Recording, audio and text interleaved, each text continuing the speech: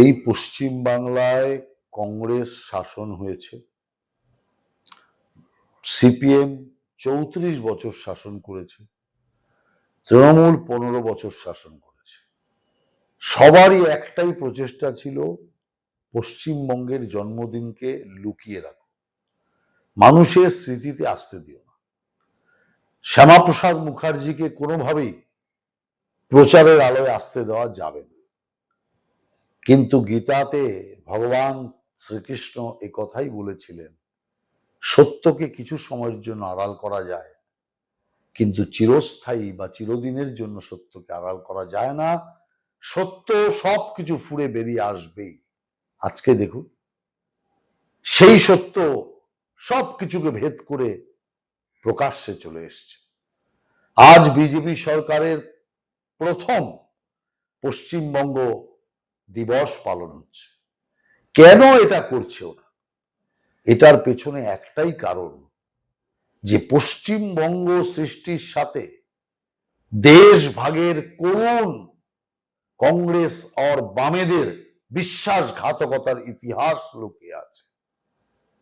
এই কলকাতাতে the great Calcutta killings এর নামে যে 10,000 মানুষকে সাম্প্রদায়িকভাবে হত্যা করা হলো, হাজার হাজার মা বোনকে অত্যাচার করা হলো, শিশুর ক্রন্দন ছেয়ে গেল কলকাতার সর্বত্র। সেই দিনের যে বিশ্বাসঘাতকতা, সাম্প্রদায়িকতার ইতিহাস সামনে চলে আসবে যদি পশ্চিমবঙ্গ দিবস আসে। শ্যামাপ্রসাদ মুখার্জির যে ভূমিকা, তা প্রকাশ্যে চলে আসবে। নোয়াখালীর দাঙ্গা, বরিশালের দাঙ্গা সব মানুষের সামনে চলে আসবে। সেই কারণে প্ল্যান ইসলামিক ষড়যন্ত্রের অংশ হিসেবে এরা কাজ করেছে। আর মমতা ব্যানার্জি তো আরো এক পায়ে গিয়ে বাংলাদেশের স্লোগানকে এখানে এনে পশ্চিমবঙ্গ দিবসকে আড়াল করে পশ্চিম বাংলাকে বাংলাদেশ বানানোর ছক তৈরি করেছিল। জয় বাংলা কার স্লোগান?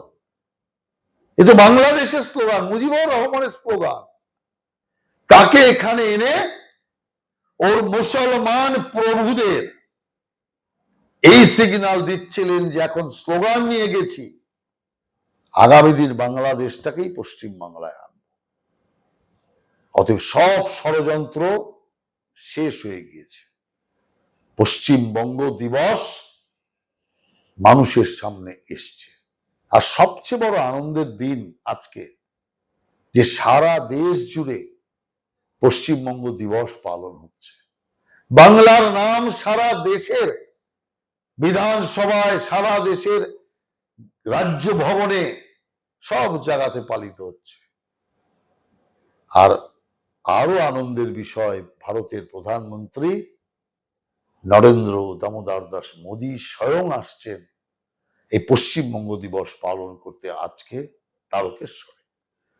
তারকেশ্বর থেকেই এক আন্দোলন উঠেছিল যে আমরা হিন্দুদের জন্য হোমল্যান্ড চাই।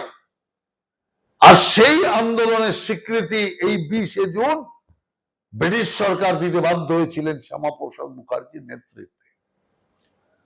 সেই কারণে শ্যামাপ্রসাদ মুখার্জি যদি না থাকতো, তাহলে আজকে আমরা বাংলাদেশের নাগরিক হতাম। কারণ দেশ ভাগের সময় এই পশ্চিম বাংলা, বর্তমান বাংলাদেশ সব চলে গিয়েছিল পাকিস্তানের সাথে। আজকে আমরা বাংলাদেশের নাগরিক থাকতাম, ভারতের নাগরিক হিসেবে গর্ব করতে পারতাম।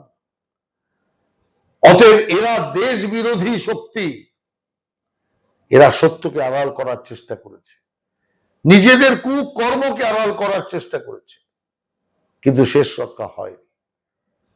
পশ্চিমবঙ্গের মানুষকে জানানোর কাজ এখন আমাদের করতে হবে। পশ্চিমবঙ্গের মানুষকে পশ্চিমবাংলার ইতিহাস সম্পর্কে ওয়াকিবহাল করার কাজ আমাদের করতে হবে। যার জন্য পাঠ্যপুস্তকের মধ্যেও আমরা পশ্চিম বাংলার জন্ম ইতিহাস ঢোকাবো। কারণ পশ্চিম বাংলার নাগরিক যদি পশ্চিম বাংলার জন্মদিন সম্পর্কে না জানে তাহলে তার পশ্চিম বাংলায় থাকা বৃথা। সেই কারণে বাংলার মানুষকে যে সত্য জানতে দেওয়া হয়নি সেই সত্যকে বাংলার মানুষের সামনে আরো ব্যাপক রূপে আমরা তুলে ধরব। যদিও আজকের এই পশ্চিমবঙ্গ দিবস থেকেই বাংলার মানুষের ঘরে ঘরে পশ্চিমবঙ্গের ইতিহাস সম্পর্কে জানার আগ্রহ বাড়তে শুরু করেছে, জানতে শুরু করেছে, শ্যামাপ্রসাদকে পুজো করতে শুরু করেছে। অতএব আমি মনে করি এই পশ্চিমবঙ্গ দিবস পশ্চিম বাংলাকে নবরূপে জন্ম দেবে বলে আমার বিশ্বাস।